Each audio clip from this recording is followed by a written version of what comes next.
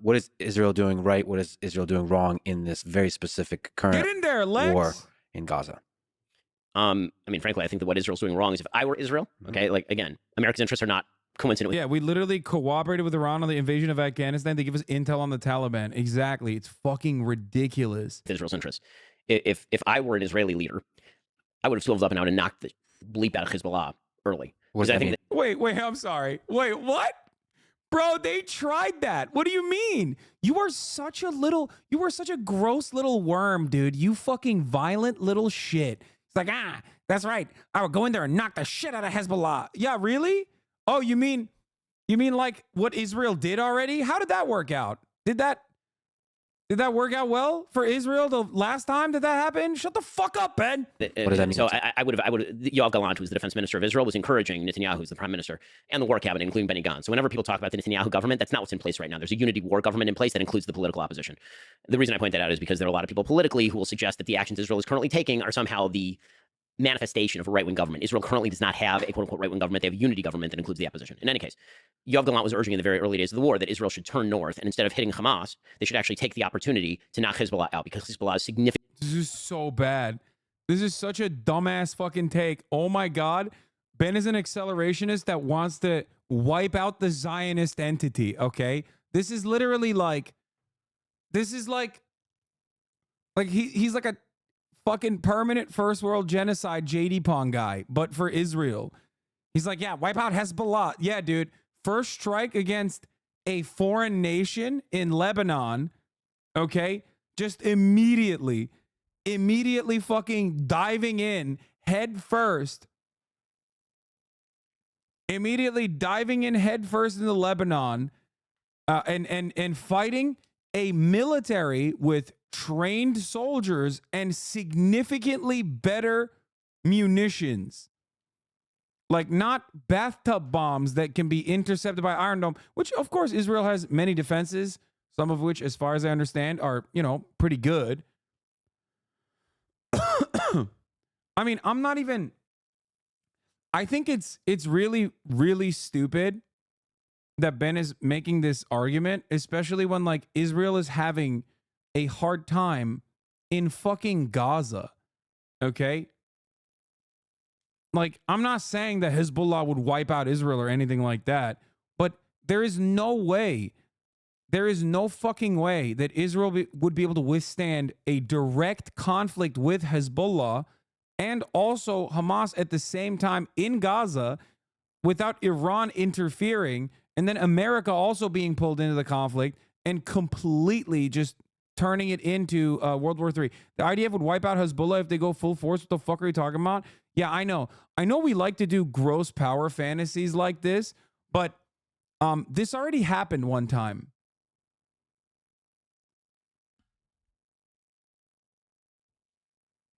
What you're describing is a thing that occurred already. And Israel demonstrably failed to do what you just said. They never go full force. Dude, this is like a 14-year-old talking about America, okay? It's like, dude, bro, are you kidding me? Yeah, they didn't go full force. The Dahiya Doctrine was invented in Lebanon, but it was not considered full force, guys. You don't understand. Israel did to Lebanon what it's doing to fucking Gaza, and they still had to fucking pull out, okay? So the idea that they would go full force somehow and different, you're delusional if you think Hezbollah is comparable to the IDF. No, brother, you're delusional, okay? Because wars are not won and lost in the way that you think they are won and lost.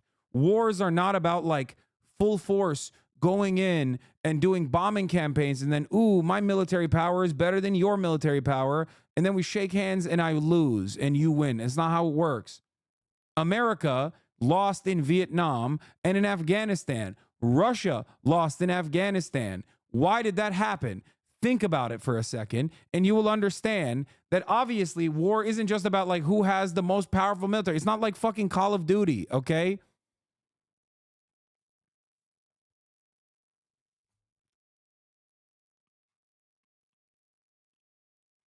It's just,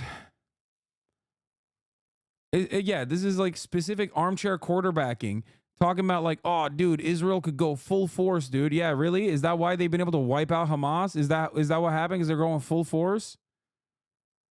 Yeah, tell that to the 24 Israeli occupying force soldiers that got fucking exploded with their own munitions yesterday. What it's like to go full force. There is no fucking full force, okay? It doesn't work that way. That's ridiculous. You think this is like, you think counterinsurgency is like fucking Call of Duty? It's so stupid. I mention this all the time. There is a limitation to how much war you can wage, okay? They can't go full force in Gaza because they would kill too many people. Dude, shut up. Shut up. Shut up.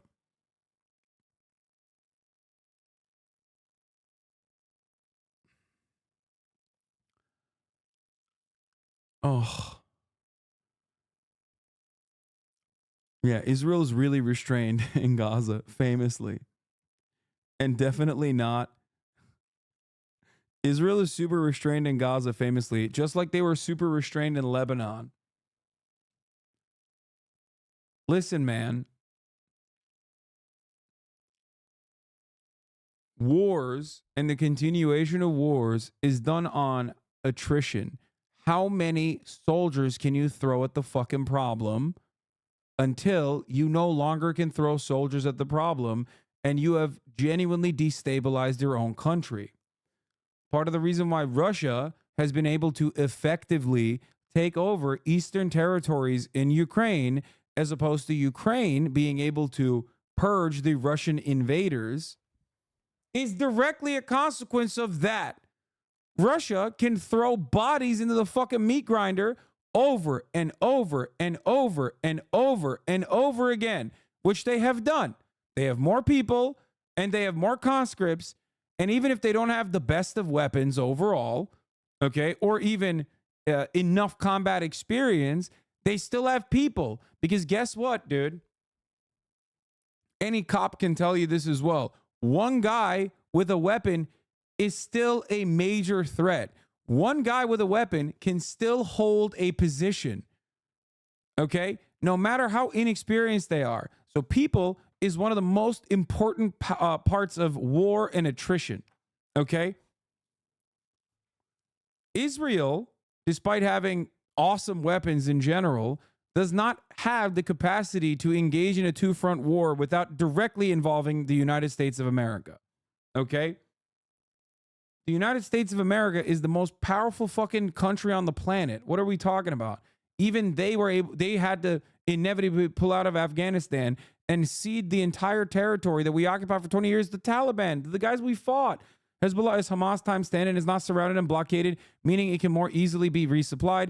It has thousands of precision missiles, and even most are likely intercepted or destroyed. If 10% get through and hit power plants and desalination plants, it would be really bad. Exactly. Like,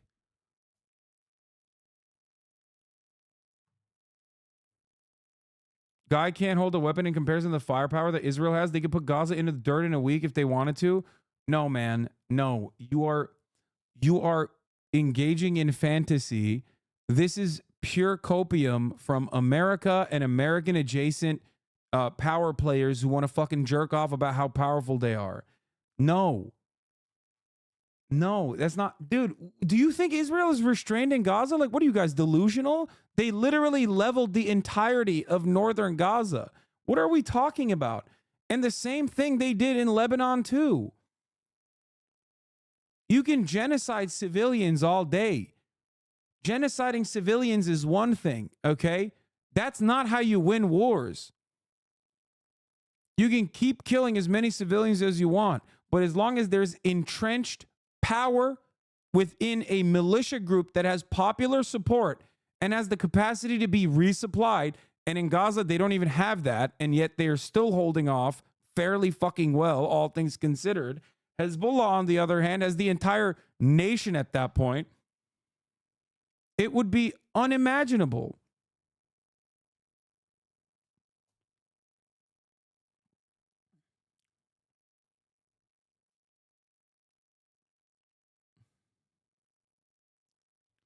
This is ridiculous. These people are thinking World War II style total war. Countries don't fight like that anymore. No country's gone full force in like 50 years. Yeah. Israel is going maximum force. Anything beyond, like, I guess the only thing Israel would do more than this would basically be to just nuke it. What is this? Why do you hate America so much, but you live here and have funds to move out? Sounds like one of those guys that makes how to make money courses, but the way they made that money was through the course. What? You think I make money by saying America is bad? Do you know how much more money I would make if I said America is good? What kind of stupid take is this? Look at these two goobers right here. Do you think they're particularly charismatic? It doesn't require too much to just say America good always. Okay? I would wipe the floor with the entirety of the right-wing commentary sphere if I were to fucking do a heel turn and become like a right-wing guy. Oh my Lord. Oh.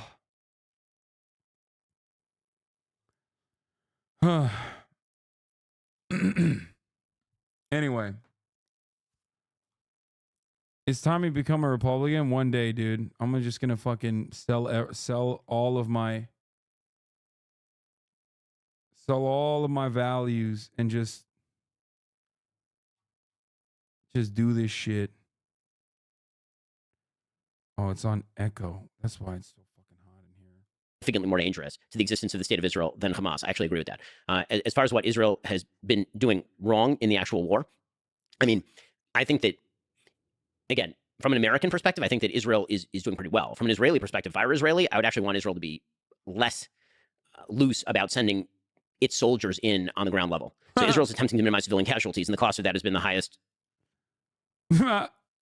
Yeah, he's saying Israel should still, in the most cowardly way, kill civilians from afar. Nice, man. Thank you for your armchair general, dude. No, don't send the soldiers in. They're dying. Military death toll that Israel has had since the 1973 Yom Kippur War. I mean, I personally know, through one degree of separation, 3 separate people have been killed in Gaza. And that's because they're going in door to door. It's because they're attempting to minimize civilian casualties, and they're losing a lot of guys. No, yeah, dude. They're losing a lot of guys because they're going door to door to shoot TikTok videos, okay? They're like, oh, yeah, this is terror, baby, behind me. Look, it's a playground. And then, like, they blow it up. And in the process, some of them are getting sniped, dude. Nice. They're trying to minimize civilian casualties. Okay. I'm sorry. If the Israeli occupying force is trying to minimize casualties and yet they've still killed 25,000 Palestinians in the process, then you have to disband. Okay? You have to immediately disband because it's criminal negligence. Okay? It's either deliberate, which I think it is, and it's ethnic cleansing, or it is the worst kind of criminal negligence you've ever seen, and it must be immediately disbanded. You have to disarm every Israeli soldier immediately and put them in like a padded room or something. Keep them away from scissors and sharp objects because holy moly, they really fucked that up. Okay? Jesus Christ. In this particular war. The problem that Israel has had, historically speaking, is that Israel got very complacent about its own security situation. They believed the technology was going to somehow. Yeah, by the way, with this logic, Russia is way better at minimizing civilian casualties than Israel. Yeah, 100%. Yeah. The problem is Russia is not sending pamphlets ahead of time. Okay? If Russia was like flying in pamphlets into like Lviv, then it would be fine. It's a valid target. They're minimizing civilian casualties. It's war. Correct for the hatred on the other side of the wall that so our people have to live underground for 2 weeks at a time while some rockets fall, but at least it's not a war. And that complacence, bred what happened on October 7th. So to me, what Israel did wrong was years and years and years of complacency. Bro, what, see, Bucha? Brother, you're misunderstanding my point. I'm saying that what Russia is doing is bad. And just like what Israel is doing is bad. I think you misunderstood my point. I don't know if you did that on purpose or not. Complacence and belief in an Oslo system that is at root a failure because you cannot make a peace agreement with people who do not want to make peace with you. So that's what I think Israel is doing wrong. I have a feeling there's going to be wide divergence on this point. Maybe. So in terms of broadly speaking, I generally oppose settlement expansion. Is a thing that Israel does incorrectly that I think is kind of like provocative to at least all the Palestinians in the West Bank, and it probably energizes hatred in the Gaza Strip for them as well. In terms of conducting warfare, the one thing that I always say to everybody, especially Americans, is you can't evaluate things from an American perspective. It's very stupid. It happened a lot with Ukraine, where people are like, oh, well, didn't they work with the Nazis, and like weren't the Soviets the good guys? And it's like, well, in other parts of the world, it's not quite as simple. And I think the same is true for Israel-Palestine. That a lot of Americans will analyze the conflict as just being one between only Israel and Palestine, which it's not. It's a conflict between Israel and then Palestine, Hezbollah, the Houthis, and Iran. Right now it is.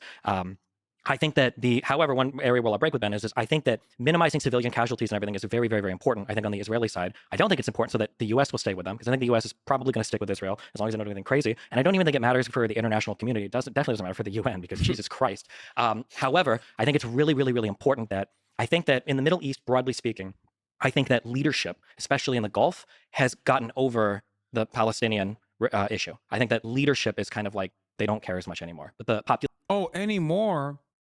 Dude, what are you talking about? When did they care? The Gulf nation states leadership and the Gulf nation states population are almost always at odds on this issue. Okay? Like, there is no world in which that is a thing.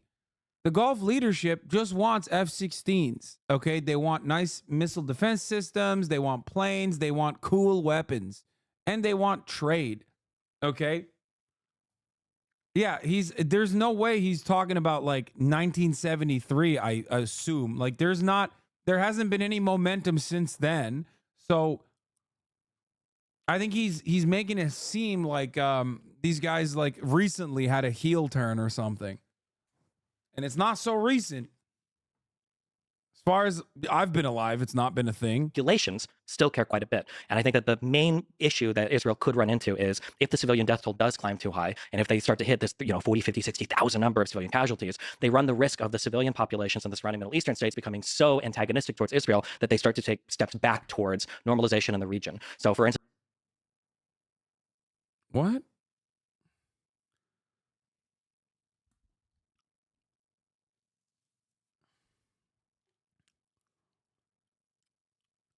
There is a magic number, and the number is 40, 50, 60,000. I mean, it's already probably at like more than 30. I think the 25,000 number is like pretty conservative as far as estimates goes. Like, no, I don't think the populations of these nations are fond of Israel at all. The civilian populations are very hostile towards Israel, and that's not going to change anytime soon. If anything, it's gotten significantly worse and is a genuine problem. This is at the heart of why I always say Israel makes Jews less safe, not more. Okay? Like, Israel's actions, Israel claims, is done at the behest of Judaism. This is not true, obviously, but that distinction is one that we can make in the United States of America because we're not that close to the fucking conflict. A lot of people see Israel doing this at the behest of Judaism with the Star of David on the side of the fucking plane, and they don't think beyond that. Okay? That's it. They look at it. They see that these guys are America's soldiers here, and they're doing this at the behest of America and also at the behest of Judaism. It's the America part is correct. The Judaism part is obviously incorrect. But I'm not going to expect so many of these people to make that distinction when they're so close to the conflict in and of itself. Okay? Israel's just as much as a disgrace to Jews as ISIS is a disgrace to Muslims. Yeah, except the difference is ISIS and Islam are not actually compatible. As a matter of fact, if you ask Muslims around the fucking world, almost all Muslims would tell you that ISIS is not compatible with Islam, and ISIS's targets are predominantly Islamic populations. They are like a colonial force. Judaism is incompatible with Zionism, and Judaism has nothing to do with Zionism whatsoever. No matter how much Israel tries to LARP as though it does. That's it. Nobody should be writing and making that distinction, but Americans especially American Christian Zionists, American Jewish Zionists that are older as well, make this distinction, or not make this distinction, sorry. They try to conflate the two, not thinking that there are genuine consequences for that, because other people see it and think, okay, well, these guys are doing this for Judaism, which creates more anti-Semitism. Okay? Does that make sense? Do you understand what I'm trying to say here? I want to keep going on this, but I feel like there's too much to there's so much more to talk about. Are you saying that Judaism is a problem? What? Did you seriously just say Judaism is a problem? What? No. Oh, come on, dude. Oh my Lord. Ay, ay, ay. Oh, fucking hell. Okay, dude. Here's the 3-minute ad break now, you son of a bitch. It's fucked up. Oh.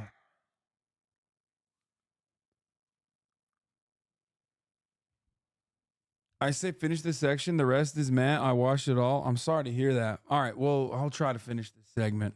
Since I know that Bahrain, I think, already pulled out their ambassador to Israel, my guess is going to be it's temporary. I know that on the public speaking side, you've got a lot of people condemning Israel for the attacks. And on the private side, you've got people telling Israel, please kill all of Hamas because this is untenable and nobody wants to work in this situation. I don't know if this ended up being true or not. I'm guessing it didn't. But I saw on a couple of Twitter accounts it was leaked that potentially Saudi Arabia was considering installing a government in the West Bank that they would run. This is like, I'm sorry. Okay. No, I can't do this. I can't do this. I'm not. Okay. This is pure fantasy. This is the absolute dumbest conversation to have on this issue, okay? I'm sorry. Like, it's almost as idiotic as like America being like, we're gonna put the Palestinian Authority in charge in the Gaza Strip. Like, you don't know anything. What are you saying? This literally is the fucking main problem. How is he simultaneously saying that, like, oh, well, we have to deal with Iran through peaceful means, which is correct, okay? But then turning around and just completely overriding Palestinians and their needs and their interests, okay? And talking over it and talking about like the Gulf Partnership and whether or not this was like good to stabilize the region or not, as though that has anything to do with fucking Palestine. That is the whole point of it. It is directly contradicting what he said earlier because he was trying to make an argument about fucking Donald Trump with the Abraham Accords. Okay? He literally said originally, don't you think that the Abraham Accords kind of sidestep Palestinians? Like, did I mishear that? Didn't he fucking say that when he was talking about why October 7 happened, when he was trying to shit on Donald Trump? And now he's talking about how, now he's literally talking about how, like, oh, well, all these regional leaders are actually, begging Israel to kill Hamas. Like, that doesn't mean anything. That's the whole point. Regional Gulf region leaders do not have a say in this process because what is happening to the Palestinians is unjustifiable. And the Gulf region leaders have always been at odds with their own citizens on this issue regardless. And the only reason why don't you go on, Hassan? Oh, wait. No, I mean, I would love to debate Ben Shapiro on this, especially on this. Holy fuck.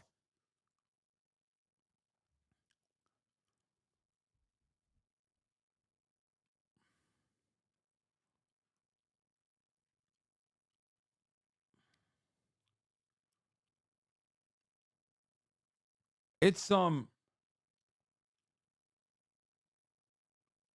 don't know. I'm shocked that he's like talking about the Saudi leadership potentially being installed in Gaza. Like, all of this would be devastating.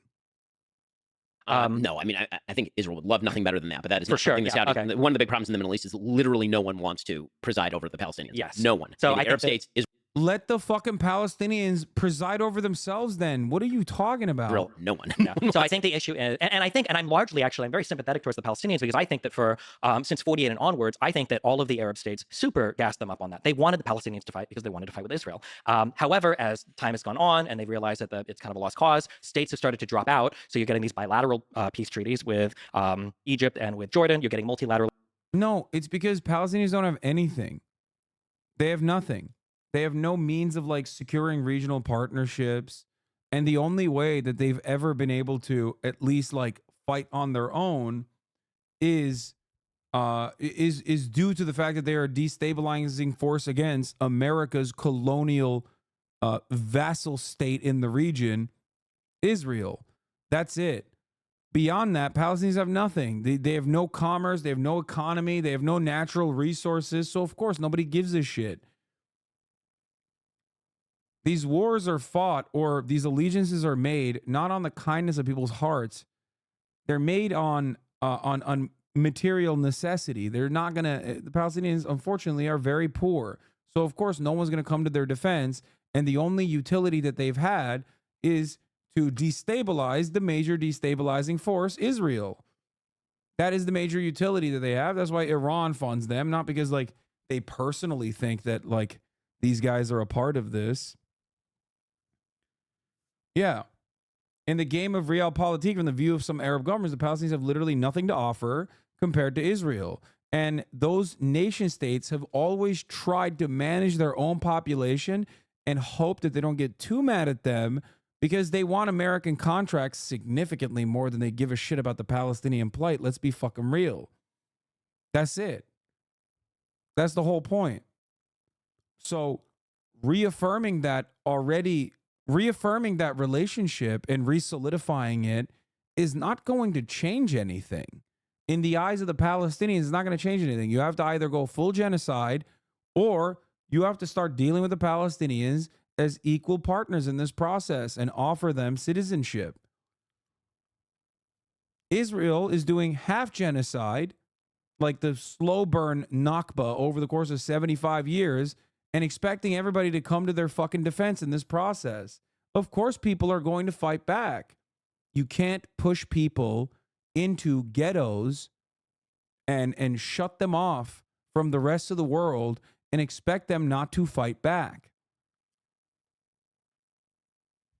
Agreements like the Abraham Accords, and now the Palestinians are looking around and like, okay, well, you guys told us to fight all this time, and now the only people that we have supporting us are Iranian proxies. So the Palestinians are in a very weird spot where they've like lost all their support. Yeah, I think that Palestinians have lost all their support.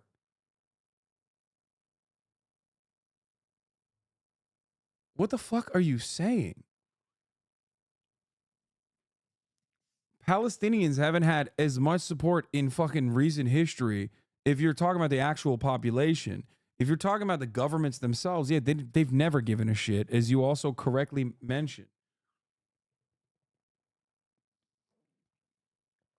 This is why after the Abraham Accords, one of the main ways some governments were selling it was hundreds of millions of dollars in trade each month with Israel. Yeah. Ultimately, they can't sell that to their population, though. They can't sell that concept to their population for two reasons. One, there's definitely a lot of anti-Semitism still. But more importantly than that, the people living in these countries see their brothers and sisters get fucking pulverized by American rockets that Israel is using. They're never going to turn around and be like, well, at least we have good trade deals. Like, it doesn't work that way.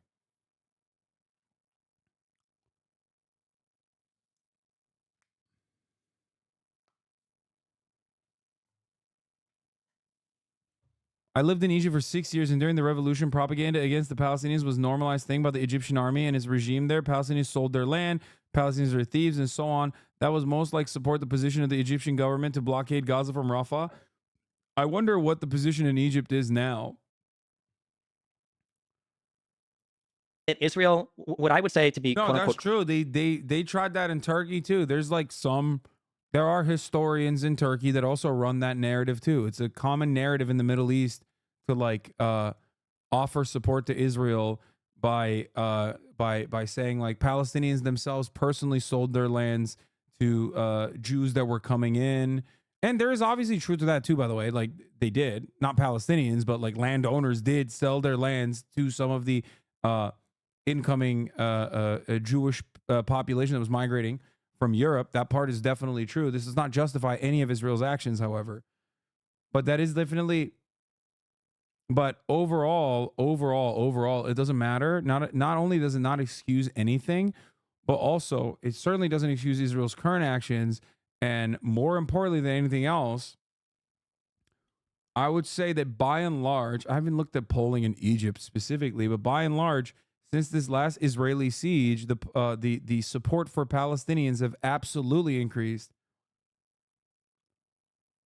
Yeah, the total land owned by the Jewish population by 1945 was still only 5.67%. The entirety of Palestine, the entire land sales narrative is idiotic. Yeah.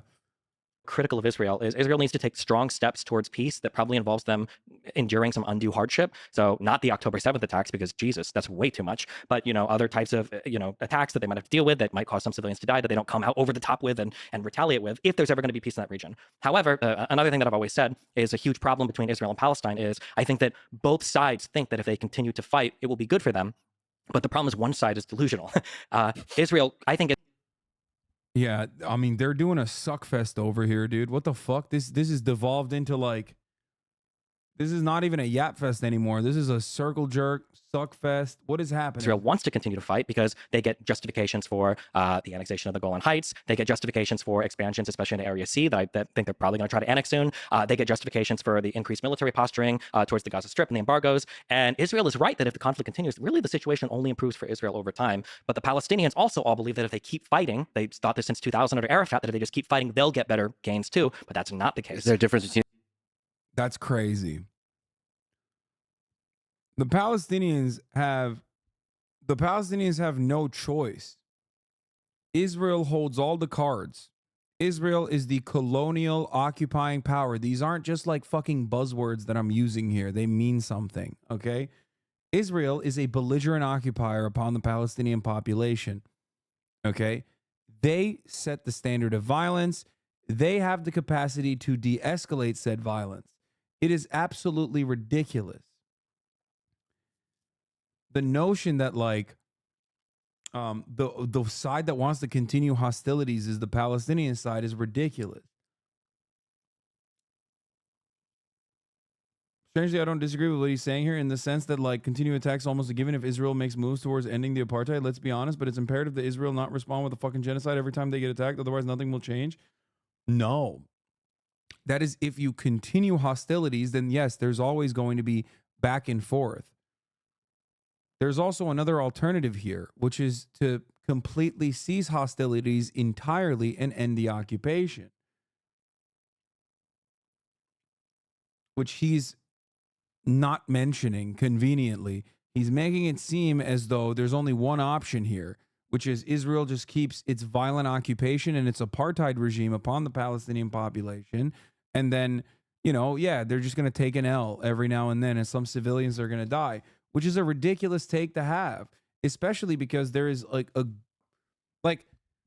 there 2 months of ceasefire is being negotiated on currently, right? Within the Israeli population or within the Israeli war government and Al-Qassam and all the other Palestinian militancy. Okay. Right now that's happening. Okay. 2 months of cessation of hostilities. Let's see where that goes. We let the Palestinians breathe a little bit. Okay. But the apartheid still continues, and that's still not just because Israel is going to continue doing shit that they're doing. Israel's going to continue doing the shit that they were doing before October 7. And when that continues, resistance to that will understandably continue.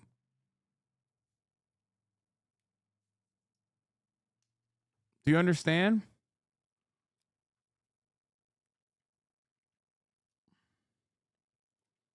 How the fuck did Destiny drop the ball so hard on this topic? I used to think he was at least a little genuine. Fucking calling a genocide a conflict and calling the Gazans delusional to stop being genocided. No, I mean, I don't think he gives a shit because, I mean, let's be real. Most Americans don't. Liberal and conservative alike. They're very callous in their indifference to, Muslims, Arabs alike. They just don't care. They don't think that these are like real humans with dreams, aspirations. I should clarify. What I mean is that even if Israel ends the apartheid tomorrow, surely there will still be incidents that currently, according to the Israeli leadership, would just stoke tensions again and not put a backstop to public support, for example, but they need to power through it and just see the light at the end of the tunnel. Oh, that part is correct. Yes. I do agree.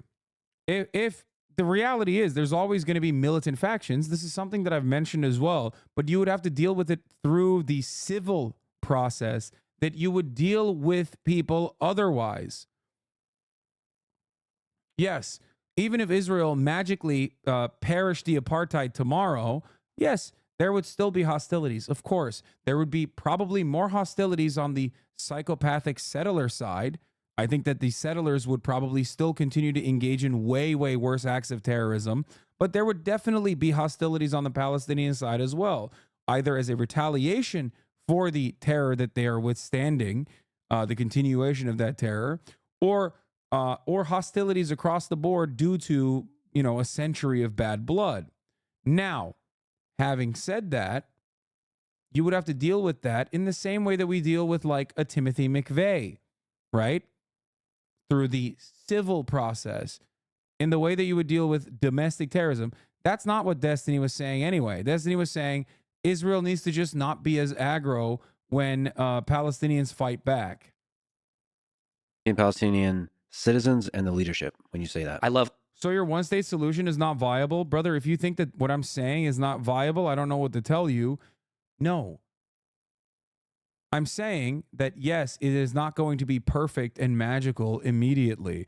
That doesn't mean that it wouldn't greatly avoid significantly larger conflict, okay? Because nothing, and I mean nothing, justifies an apartheid regime, okay? Leftists will encourage Palestinians to fight until they're all dead. Liberals will actually think of real solutions to the conflict, but they're the evil ones.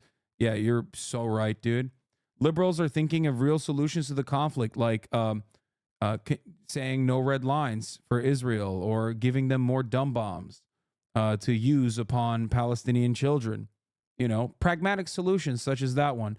Thank you for the pragmatic solution of helping Israel continue its ethnic cleansing campaign, liberal. It's really cool. I mean, yeah, opening up another front potentially, bombing Yemen. I love the liberal solutions to genocide management, which is let's bomb Yemen too. Fuck it.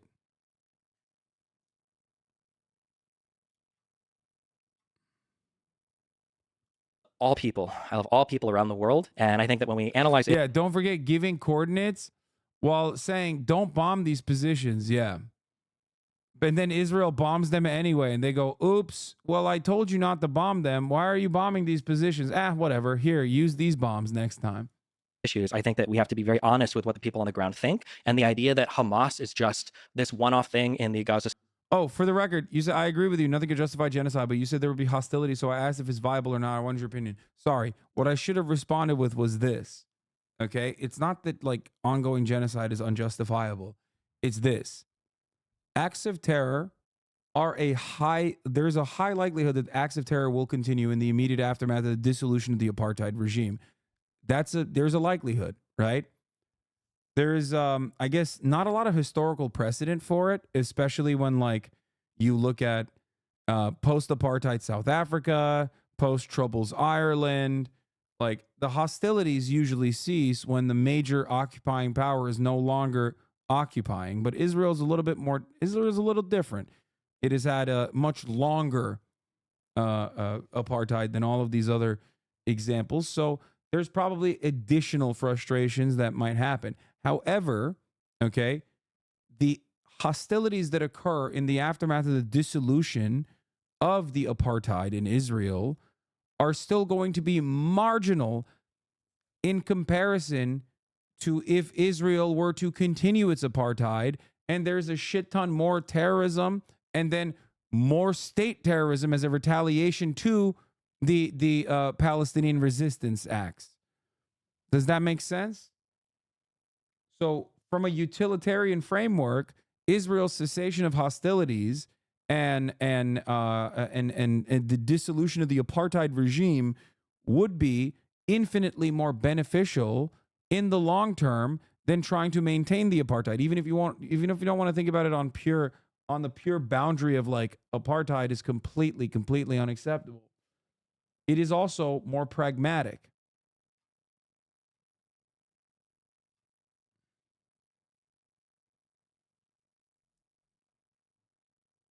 Anyway, so yeah. Strip is not only incorrect with the situation on the ground, it's also incredibly ahistorical. And the idea that like the Palestinians in the West Bank, of which I believe the most recent polling shows, I want to say 75 to 80% support the October 7th attacks. Palestinians in general want to fight in violent conflict with Israel. That's not just the position of the government. That's not just people. There's a reason why about. Okay, that's crazy. Oh my God. Yes, dude. It's because Israel is doing. Would you say that these argument that the Palestinians should basically stop attacking Israel if they don't want to get glass is comparable to the argument pertaining to police violence? They should just comply if they don't want to get shot, or is that too much of a stretch? No, it's identical. Israel, the way Americans analyze power dynamics is very similar domestically. No, it is identical in that situation, even if maybe even worse than that. But basically, lay down and take it is the position, and that's because okay, here's why people like Destiny, and there are many people like him who have brought upon themselves this like wave of information in the aftermath of October 7th to like hurriedly read through as many Wikipedia pages as they possibly can to make sense of this like very long history, right? Yeah, if you try to like make sense of the situation by playing catch up in a matter of 2 months, okay, you're not going to have the full scope, especially when you don't have the knowledge, I guess, or even care about what the regular maintenance of Israel looks like when it's not in direct conflict with Gaza, when it's not sieging Gaza. Okay? The point is, October 6th, there was a news report, I forget, I think it was like Euromed or something, that wrote a report one day before, I think it was either one day before or a couple days before, that 2023 was the most violent year for Palestinian children. October 6th, before October 7th. That report came out one day before. That's something that a lot of people don't understand. Because outside of these sieges, people don't realize that the daily maintenance of Israel's apartheid is backbreaking. It's unimaginable cruelty. So the reason why I'm mentioning that is not because like this report triggered something. Obviously, that's not what I'm saying at all. I'm simply stating that like October 6th was already violent for the Palestinians. So was October 5. So was October 4. Every day living under an apartheid regime against a belligerent occupier is always going to be violent.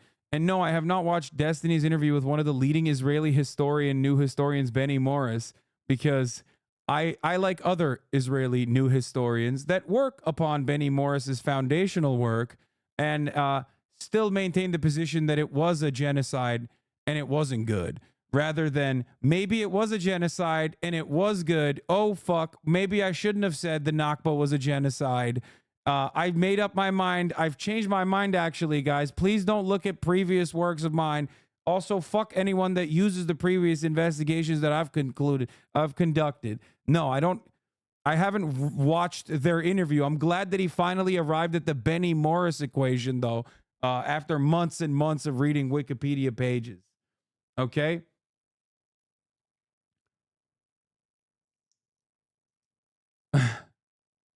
What's wrong with changing your views after learning more? Come on, that's so unimaginably fucking cynical in your approach. Brother, like, That's such a disingenuous way to frame this conversation. Why do you guys always do this?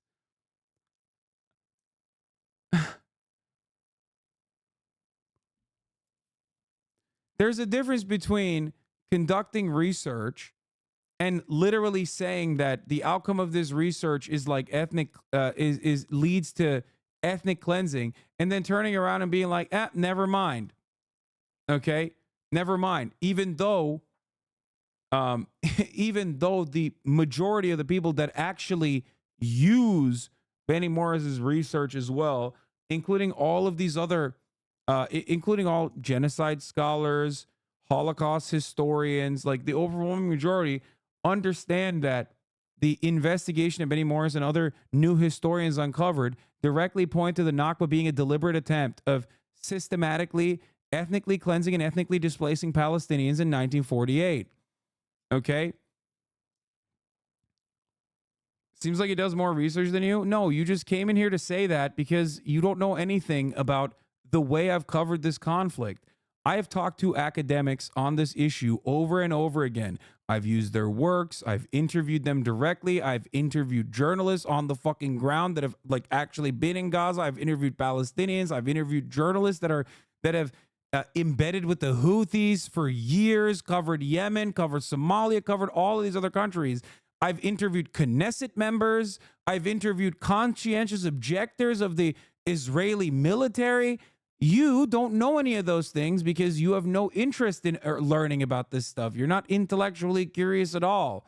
Okay? That's why you sit there and go, I've made up my mind about a guy who said that this kind of the genocide of Palestinians was totally fucking permissible, and then played catch up by cracking open bottles of Adderall and like trying to hurriedly read through motherfucking Wikipedia pages, okay? And then finally arriving at like a historian that kind of agrees with him and interviewing him. That's not, you're doing post hoc rationalizations for a position that you actually you actually decided on.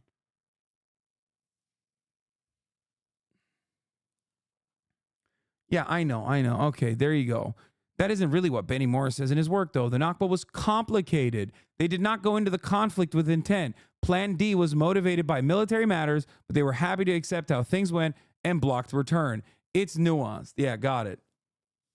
Okay, well, they could have just easily allowed people to return, but they didn't. And they kept killing people when people were trying to desperately go back to their homes. So I don't think it's that complicated, to be honest. You slap on the "it's nuanced" sticker. That's why I laugh at people that bring up Benny Morris, because his own like research in the matter directly points to this being bad. The deviation that he has from other new historians, okay, is that he looks at the Nakba, recognizes that it was a planned military action, okay, and then says, but it was kind of valid. That's it. The other guys like Avi Shlaim or Ilan Pape don't think that. They look at it and go, nope, this was pretty valid, actually. Like, this is legitimately an act of ethnic cleansing and ethnic displacement. Sorry, I'm going to go with the guys that think that the Nakba was ethnic cleansing and it wasn't nuanced in the sense that it was totally justifiable. Does that make sense? I hope you understand.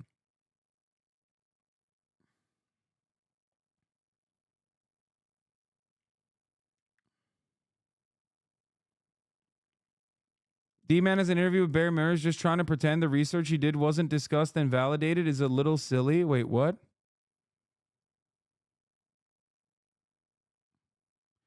It's called post hoc rationalization. If you're a debate lord, you know that, okay? Like, I am very familiar with Benny Morris and have been for quite some time. When I came to the conclusion that a one-state solution was the only viable solution, okay, I didn't arrive at that conclusion just, on my own without ever like thinking about it. You know what I mean? Without ever doing any reading. That's the difference. Sounds like you're mad. I'm not. I'm a little sad because so many of you are in here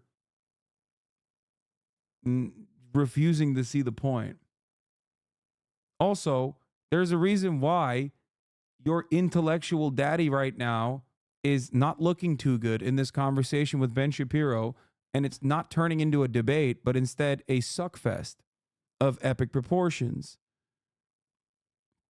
Yeah, Benny Morris is a part of the Israeli New Historians, the first prominent group of scholars in Israel that investigated the atrocities of foundation and the answer in the earlier war. But Morris is somewhat of a turncoat. After the Second Intifada, he kind of turned to a position of violence was actually good and necessary. Those Palestinians are animals. I don't want to go that far, but, you know, yeah. His position is more nuanced, that the Nakba was, you know, it happened, but also it was good.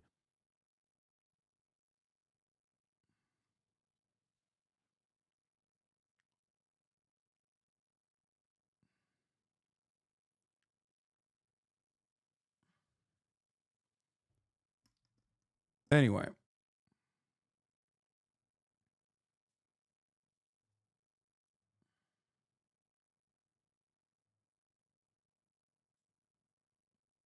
If you want to see how Benny Morris fell, look at this article he wrote in 2022. The Israeli-Palestinian conflict isn't about race.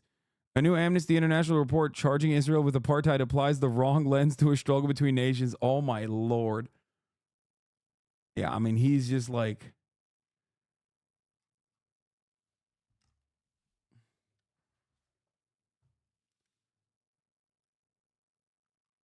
But that means a scholar, D-Man has an interview with Benny Morris, but that means a scholar validated D-Man even if you disagree. Yes, one scholar that has gone back on his original work that was formative. Is Avi Shlaim a good historian? Yes. This is crazy. How do you not see that you're engaging in a tremendous act of copium here? Okay, yes, you can find a scholar that will agree with you on this issue, even if his own formative work disagrees with it. If you read it yourself, you would come to different conclusions. What are you talking about? No, and Benny Morris isn't some like random guy, for the record. I mean, he is an important scholar, okay? The issue here is you're going, my favorite guy made his conclusions. Yeah, the Dersh is a scholar who agrees, but that's not applicable because the Dersh is a serial plagiarist and also not a good person and not exactly a historian, okay? Benny Morris is. That's the difference. Why don't you read the whole article? Well, one, because it's paywalled, and two, I don't want to fucking listen to an article about how calling Israel an apartheid regime is wrong because it's fucking idiotic.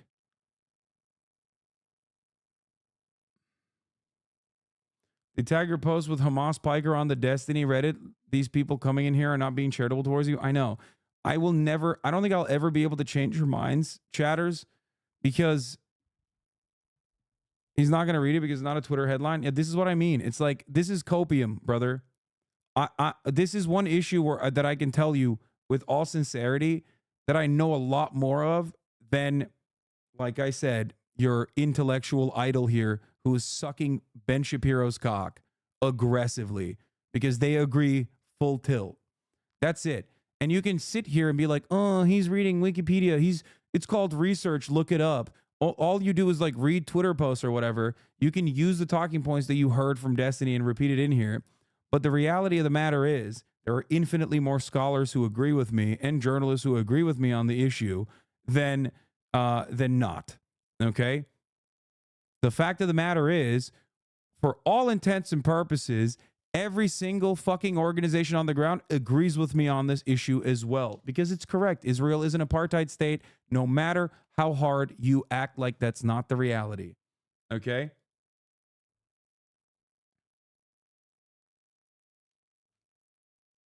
It's funny to be like, oh, he just reads tweets when the tweets I'm reading are literally directly from journalists. Okay? Every now and then, maybe not so much, but the overwhelming majority. Most historians disagree with you, actually. That is 1000% incorrect.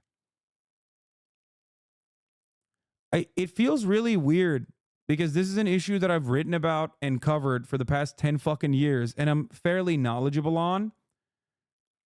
And yet, for some reason, like white Americans from Iowa who just found out about Israel yesterday are coming in here to be like, well, you're a Muslim fundamentalist, you're an Islamist piece of shit and a terror lover, while also simultaneously being like, well, this one historian agreed with Destiny after he said he wanted to do genocide to the Palestinians. You're not actually having a serious conversation. I think many of us are that are with you are trying to listen and learn from you, and therefore more silent. The other people are going to be louder chatters, in my opinion. I get your sadness. You have a lot more patience than me. It just makes me sad. It's funny that people imply you're not as well educated because you don't read Wikipedia. Like you've been doing this for long enough. You don't need to learn about things for the first time from reading from fucking Wikipedia. Yeah.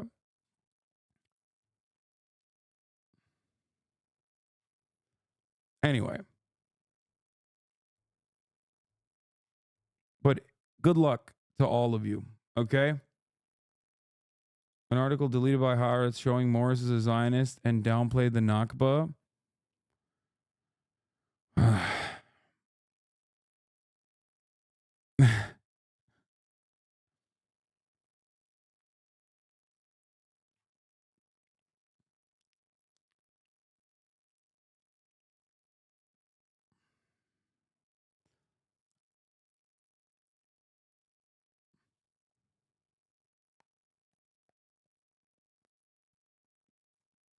That's the difference.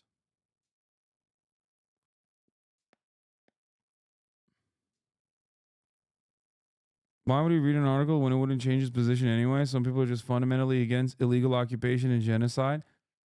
Yeah. Anyway, I'm done for tonight. I hope that you guys can be a little bit more charitable. To be clear, Morris' D-Man convo wasn't about justifying genocide. It went through a lot of historical events, facts of the matter, as well as modern policy. It's worth watching regardless. I'd also be interested to see some of your writings.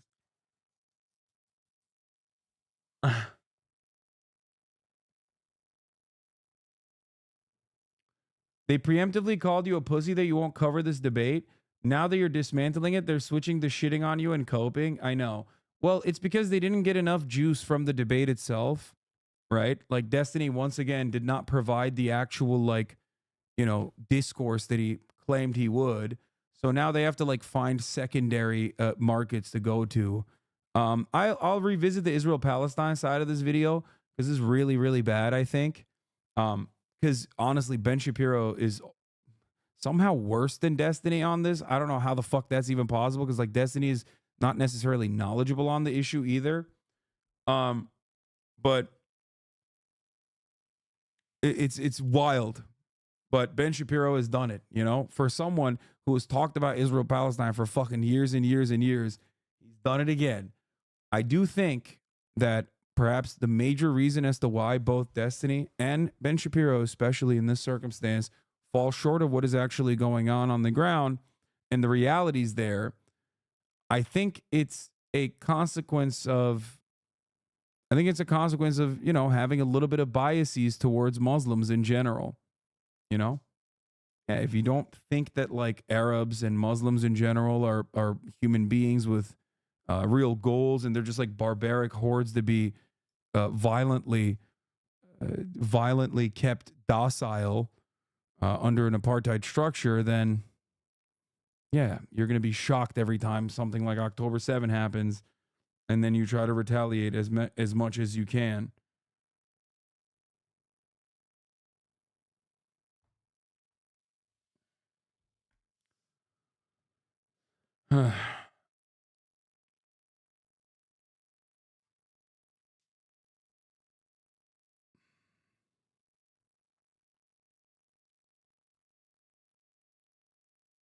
Maybe you could get someone to go on with you on this because a lot of people don't really take your word for it most of the time. No, that's not true. Plenty of people take my word for it.